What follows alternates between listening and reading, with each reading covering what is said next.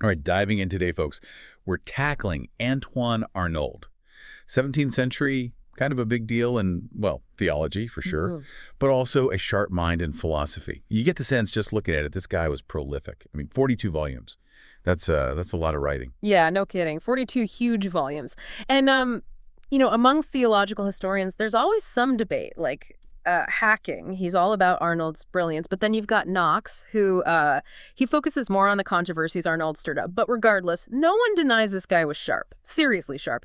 In theology, sure, but also in philosophy, and that's what we're really getting into today. Yeah, exactly. Not just some ivory tower theologian. Arnauld, he was right there in the mix, Hmm. debating the biggest philosophical names of his time. I mean, Descartes, Malebranche, Leibniz. These weren't small fries.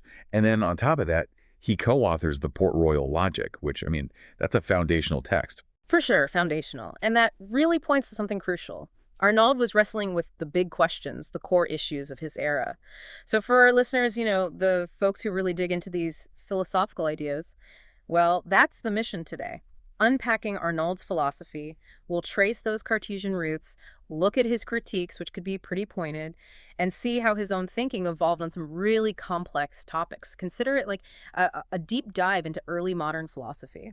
Okay, so let's unpack some of this. One thing that jumps out, Arnauld seems really concerned about clearly separating philosophy and theology.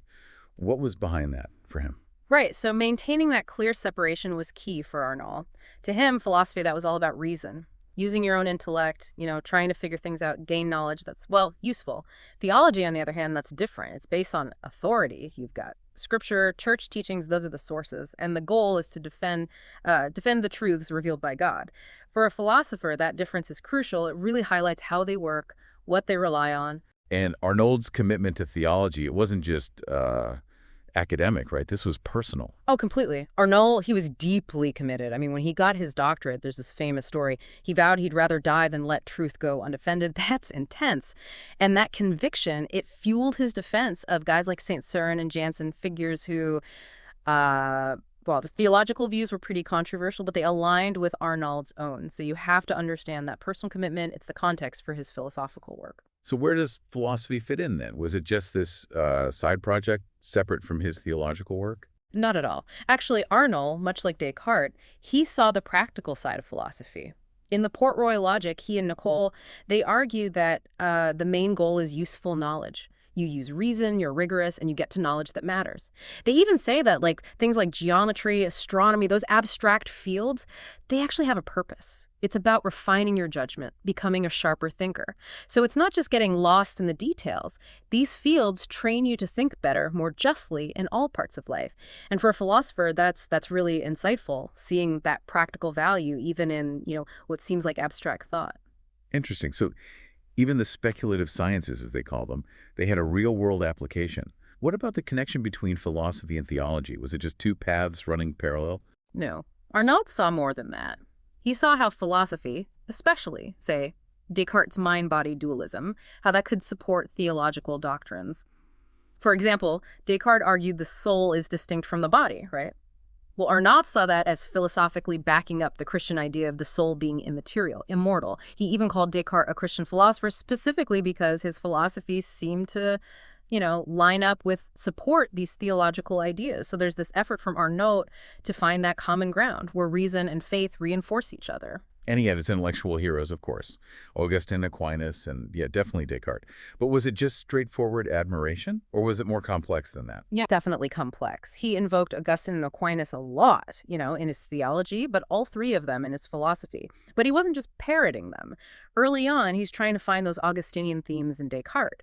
Later, he's citing Aquinas more, arguing for a fundamental agreement between them and his own interpretation of Descartes. It's all part of this bigger project for him. He wants to show that Descartes, this new philosophy, it's actually connected to the long Christian tradition. So Cartesianism isn't a threat, it's an ally to religious belief. Let's get into Arnaud's own philosophy then. Yeah. He's generally seen as a Cartesian, right? Even Leibniz said so. That's right. Back in 1691, Leibniz himself noted that Arnauld was, a longtime supporter of Descartes, and he did embrace key parts of Descartes' system, like the advances in physics, the mind-body dualism, the idea that they're distinct substances. He even took on some elements of Descartes' method. And for someone studying philosophy from this period, it's fascinating to see how a major thinker like Arnauld engages with and modifies the ideas of another giant like Descartes. But it sounds like Arnaud's Descartes wasn't necessarily a carbon copy, right? Exactly. He presented what he saw as the core, the most defensible parts of Descartes' philosophy. But he wasn't afraid to tweak things, change things, even completely replace some parts, especially if they clashed with his theology or his own philosophical insights.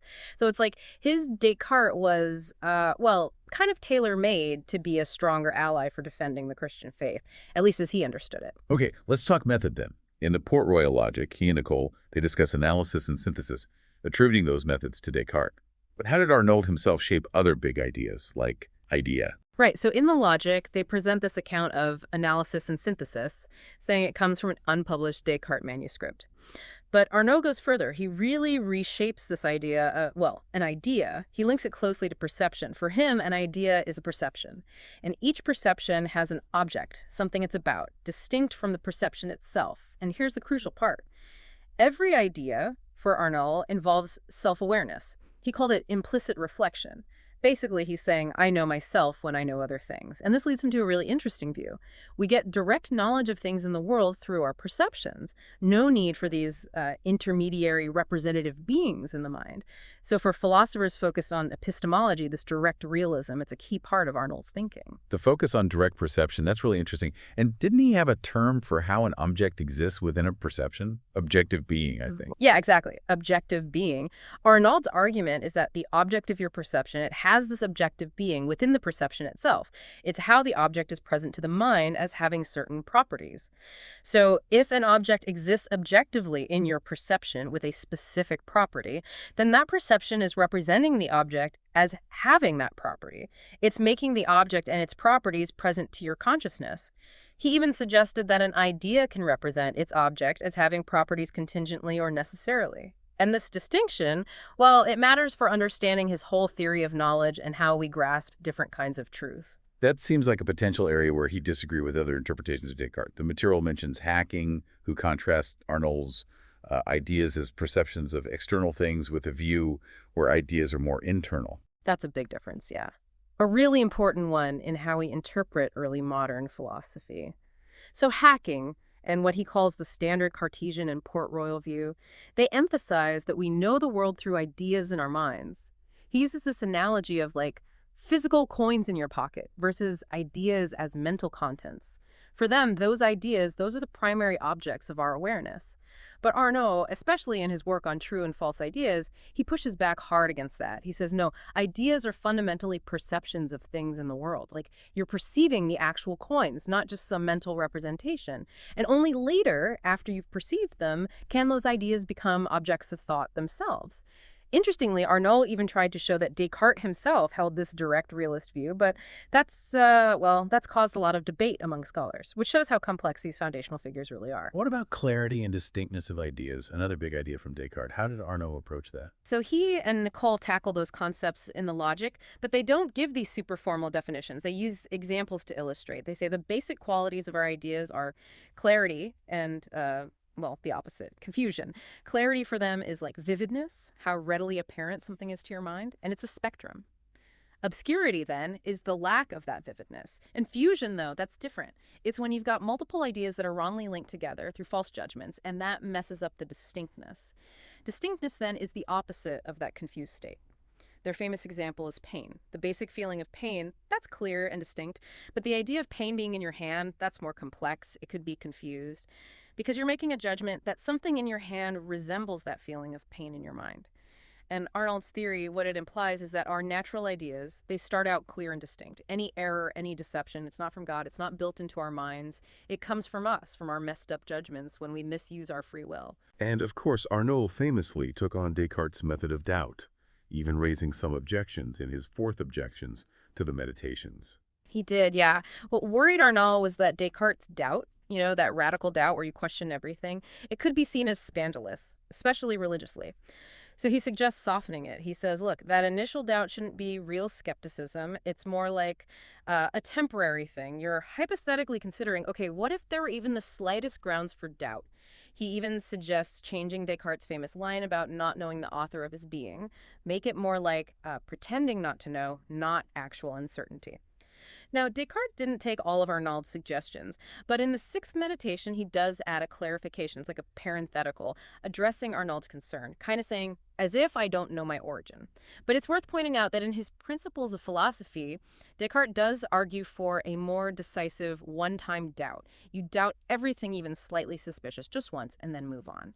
And that's what initially made Arnauld nervous, theologically. So it's interesting to see those two approaches, how they approach those foundational questions. Extrinsic denomination. That seems crucial for understanding Arnauld on ideas, Yeah. especially how Peirce interprets him. Can you unpack that, what extrinsic denomination even means? Sure. So Peirce, he uses this concept to explain how Arnauld connects ideas and perceptions. Arnauld himself uses the term. He says, being conceived in regard to the sun in the sky is only an extrinsic denomination, meaning it's just a relation to my perception of the sun. The logic defines it as a characteristic you attribute to something based on something outside of it, not its own nature, like loved or seen. Those depend on someone else doing something. Peirce argues that when we talk about perceptions and when we talk about ideas, we're basically describing the same relationship from two sides. The perception, that's an internal state of the perceiver. The idea, that's the object standing in a specific relation to that perception. Like, Mary loves John, so John becomes the beloved. My perception of the sun makes the sun the idea of the sun. And the point, philosophically, is that Arnauld uses this to say, ideas aren't some weird third thing between your mind and the world. They're just objects as they are being perceived. So that idea, extrinsic denomination, it helps clear up some things that seem contradictory in Arnauld, right? Like, how can we have direct perception if we talk about having ideas in our mind? Exactly. Peirce argues that Arnauld uses it for a few philosophical puzzles. Take direct perception of the sun. It's real. It's modifying your thinking substance, making the sun present to your mind. And that very relationship, the sun being the object of your perception, well, that's what makes it okay to call the sun the idea of the sun by extrinsic denomination. Or look at language, how Port Royal explains it. Words signify ideas, but the physical word, the sound, the mark on paper, that doesn't inherently represent anything. It's the object the word refers to that becomes a sign by extrinsic denomination because of our mental habit associating that object with a concept, even in sensory experience, like seeing a color. Arnauld agrees with Descartes that colors, as we experience them, are modifications of our minds, not properties of physical things. But we don't say our soul is red, right? That kind of naming, it doesn't mean the soul itself changed. That's extrinsic denomination at work. So you see how he uses it to navigate these tricky issues in metaphysics, epistemology. Peirce also puts Arnauld in a bigger philosophical context, talking about descriptivist versus explanatory approaches to ideas. Where does Arnauld fit in there? Peirce puts him squarely in the descriptivist camp. Unlike the explanatory approach, where ideas are these theoretical things, brought in to explain perception, Malebranche is a good example. The descriptivist focus is on justifying your claims about ideas. You do it through introspection, reflecting on your own mental states, not by building these causal explanations. Arnauld's basically saying, look, we don't need some complicated causal story to explain how we perceive.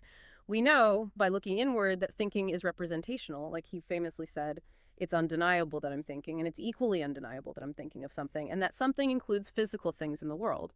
Peirce even suggests that John Locke, in his essay concerning human understanding, follows Arnauld's lead, that descriptivist path, although they end up disagreeing on direct realism. And he says understanding this distinction helps explain why Berkeley doesn't spend much time arguing against abstract general ideas. So seeing where Arnauld fits in this broader picture helps us understand his place in his intellectual world. Moving on to mind-body dualism, that tricky area. Arnauld agreed with Descartes on the basic mind-body distinction. But when it came to how they're actually united in a person, that's where things get interesting. Yeah, for sure. Arnauld, he was all for Descartes' clear distinction between mind and body. Two fundamentally different substances, right? Mind thinks, it's not extended, body is extended, but it doesn't think. But their union in a human being, that's where he diverges, big time. He rejects the idea that the mind and body can causally act on each other. He really pushes back against the body acting on the mind, and he also has a hard time with the mind directly causing changes in the body. So for philosophers wrestling with the mind-body problem, Arnauld gives you this fascinating alternative to the standard Cartesian interactionism. It even seems like he leaned towards Augustine's view of the body, that it's more like an occasion for God to act on the mind rather than a direct cause of our perceptions. Right. When Arnauld was defending Descartes against Etienne Lemoine, his take on mind-body interaction, it's actually closer to Malebranche's occasionalism than to Descartes. He says the union is this natural correspondence set up by God between our thoughts and specific brain states, and between emotions and how the animal spirits are flowing. And when it comes to senses, perception, he rejects the idea that physical movements in your eyes, for example, can directly cause perceptions in the immaterial soul. Because, he argues, a physical motion can only have a physical effect, not an effect on something spiritual. He also rejects the idea that the soul independently forms perceptions based on those physical motions, because the soul doesn't directly know about all those intricate bodily processes. So this line of reasoning takes him to a really interesting conclusion. It's God who directly causes our perceptions whenever the corresponding bodily motions happen, and it's all happening according to the laws of nature. He sums it up nicely. The body acts on the soul, but not as a physical cause in the strict sense, more like a moral cause, meaning it's an occasion for God to cause the mental state. And that's a big difference from Descartes, showing how Arnauld tries to bring together his philosophy and his theology, his understanding of how God acts. But his view on the mind causing voluntary movements, that's also nuance. It almost sounds like occasionalism there, too. It does, yeah. Arnauld, he generally accepted that immaterial things can act on material things. He uses angels as an example and pre-fall humans. But when it comes to us, post-fall, he suggests our voluntary actions, they're not directly caused by our will. His reasoning is that we don't know how it's supposed to work. Like, how do our volitions actually manipulate the animal spirits to move our muscles? We don't know the mechanism. And Nadler, he's even interpreted Arnauld as a kind of occasionalist, specifically for voluntary actions. He argues Arnauld saw the problem with direct mind-body interaction in Descartes and used a solution that's, occasionalist-like, even though his reasoning is different for sensory perception versus voluntary action. So you see the challenge for Arnauld trying to have this coherent account of mind-body union that fits with both Cartesian dualism and his own principles. Then there's the creation of eternal truth, a hot topic within Cartesianism. Where did Arnauld land on Descartes' idea that even things like math were created by God? That's a question that still gets debated with different interpretations. Descartes' position was, pretty radical. He said God didn't just create everything that exists, but also the eternal truths, logic, math, all by an act of will with absolute power. And Moreau, he's argued that Arnauld, especially later on, actually came to accept this idea. He puts Arnauld as a key figure after Descartes, someone who actively defended this unusual view. And for philosophers interested in how we knew things and modality, it's a really significant debate. And then there's the question of whether God acts reasonably, or is his will just beyond our understanding of rationality? That sparked a debate between Nadler and Moreau. Right. Absolutely. They've got contrasting interpretations of how Arnauld saw God's rationality. Nadler's argument is that for Arnauld, following Descartes, God's so simple, so incomprehensible, that he's basically beyond practical rationality as we understand it. God's arbitrary in a fundamental sense. He says the unity of God's will and intellect, it's so complete, so unlike anything we experience that we can't really even make analogies. Moreau, he agrees on divine simplicity, but he sees it differently. He says Arnauld's God does act reasonably. It's just that this reason is divine wisdom. It might be beyond our understanding, but it's still reason. Moreau points to places where Arnauld talks about God's reasonable will, even though the specific reasons behind God's actions are often a mystery to us. So it's a debate about, can we even apply our human ideas of rationality to God? And more recently, Stenzel tried to reconcile those two views, focusing on the distinction between God's attributes.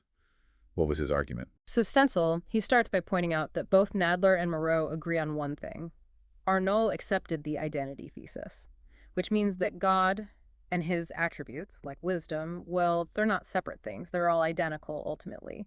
But Stenzel disagrees with Nadler's claim that Arnauld denied any conceptual distinction between God's wisdom and will. He looks at how Port Royal treats abstraction and argues that Arnauld probably held a distinctness thesis. We can conceptually distinguish those attributes, but there's also a non-priority thesis, meaning no attribute comes before another, none is more fundamental. And Stenzel's conclusion is that Arnauld was probably agnostic on whether God acts for reasons in a way we could ever fully understand.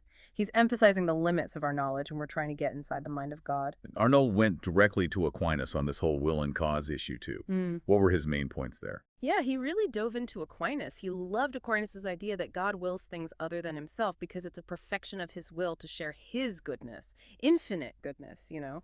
And on whether God's will has a cause, something external to itself, Arnauld, following Aquinas, is a firm no. He distinguishes divine willing from how we humans will things. We often will a means to an end, right? But he says God wills everything in one unified act. It's not like he wills creatures because he wants something else further down the line.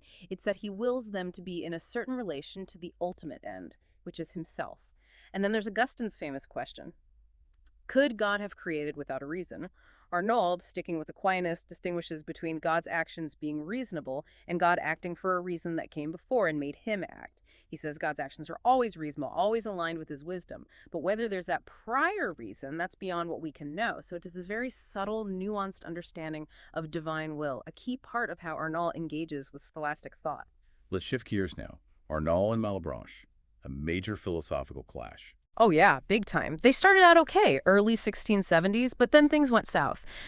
Mainly because of Malebranche's explanation for why not everyone gets saved. Arnauld begged him not to, but Malebranche went ahead and published his views in Treatise of Nature and Grace in 1680. And that started a huge debate. Everyone was talking about it. It's a goldmine for historians, seeing these two giants clash, their whole systems going head to head. Malebranche's argument, it was all about God's sincere will to save everyone, but then his wisdom steps in and things turn out differently because of how God acts, that simplicity. Can you elaborate on that? Sure. Malebranche, he wanted to reconcile what Scripture says, that God wants everyone to be saved, with the fact that, not everyone is saved. He said, look, God's omnipotent, he could save everyone, no problem. But his wisdom, which Malebranche sees as God's perfect love for his own attributes, it prevents him from willing or acting unwisely. So if not everyone's saved, it's not that God doesn't want it. It's that doing it directly, it would be unwise somehow.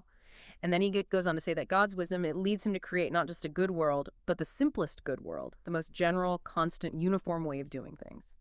And this simplicity, it's tied to his occasionalism, the idea that God's the only real cause of everything. So you get natural evils, because that's a byproduct of general laws, and grace, how it's distributed, that's also under general laws. So it's not always effective for every single person. Like God sets up this perfectly efficient system, even if it doesn't get every single desired result. And he divided grace too, right? Grace of light for knowledge and grace of feeling for love.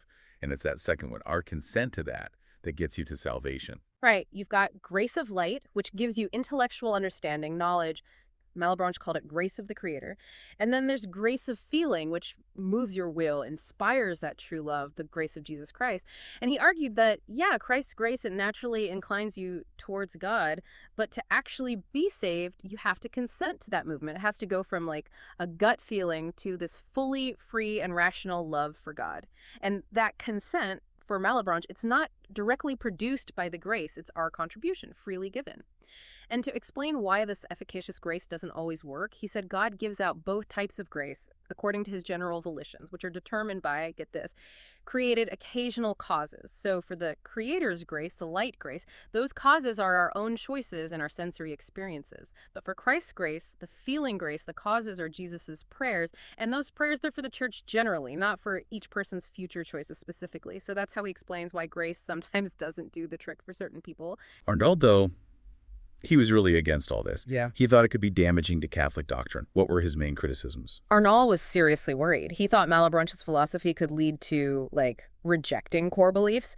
His criticisms were all over the place, but two big themes pop up. First, he kept pushing Malebranche to prove his claims, back it up with solid reasoning, starting from clear principles, or use authoritative theological sources, Scripture, the Church Fathers. Arnauld accused him of bringing in new religious ideas into philosophy, which is a no-no.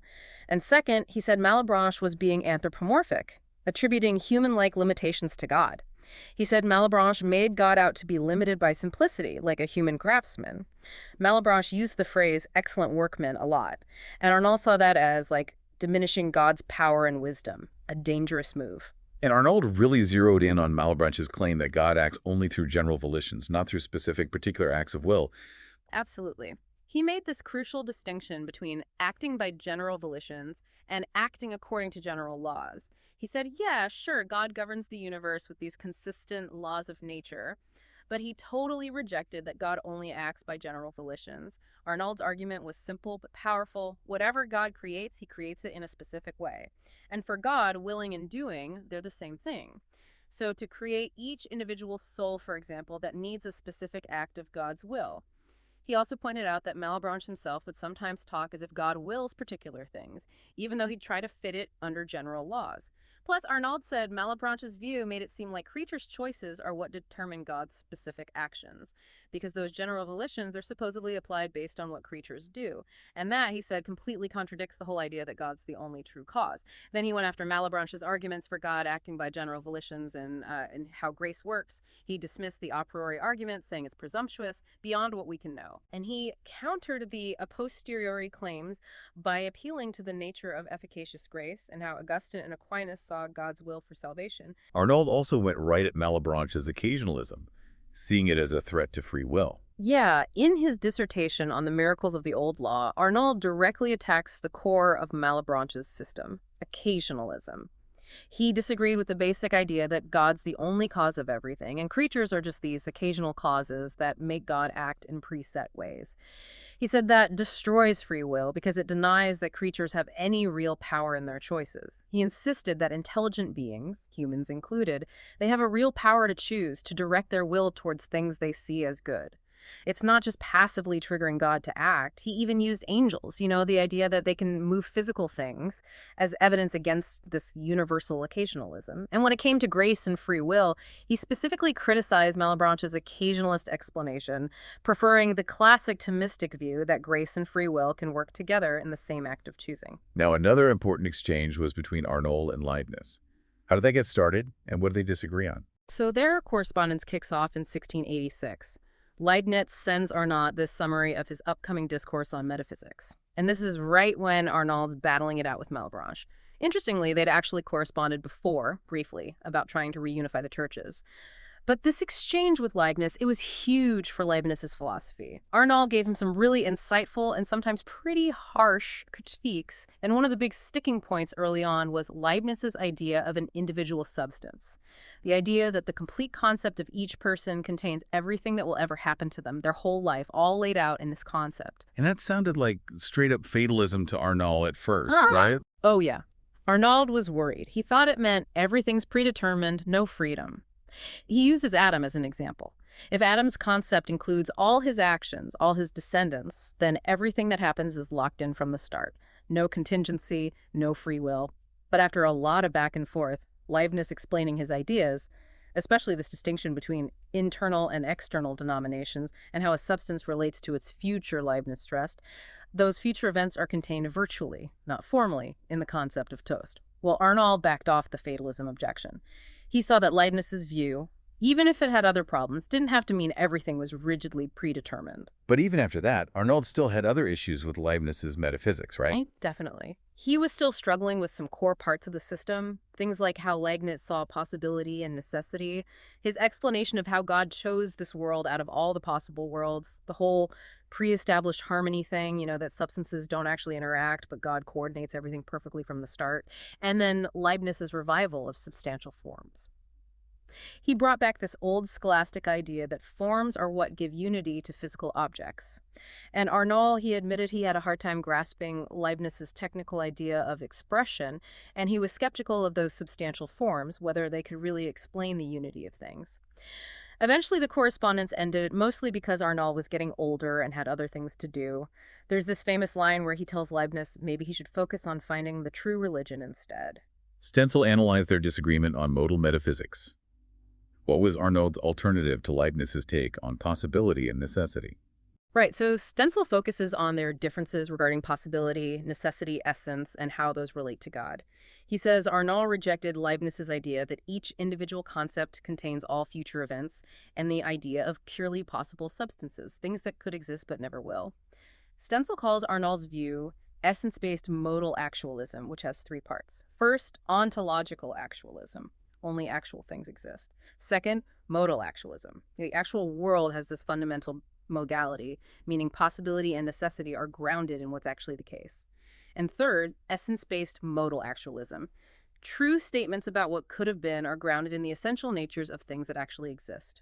And what's interesting is that Stenzel suggests Arnauld's view, even without the theology, could be a real contribution to current debates in modal metaphysics, shows how these old debates can still be relevant. And lastly, Arnault's big project, reconciling efficacious grace with free will. He's been called a compatibilist. Yeah, that was his lifelong thing. Defending the idea that God's grace effectively moves the will, but also that free will is absolutely necessary for our actions to be good or bad, worthy of praise or blame. So that puts him in the compatibilist camp, broadly speaking. Though it's important to remember, his compatibilism isn't exactly like what we mean today.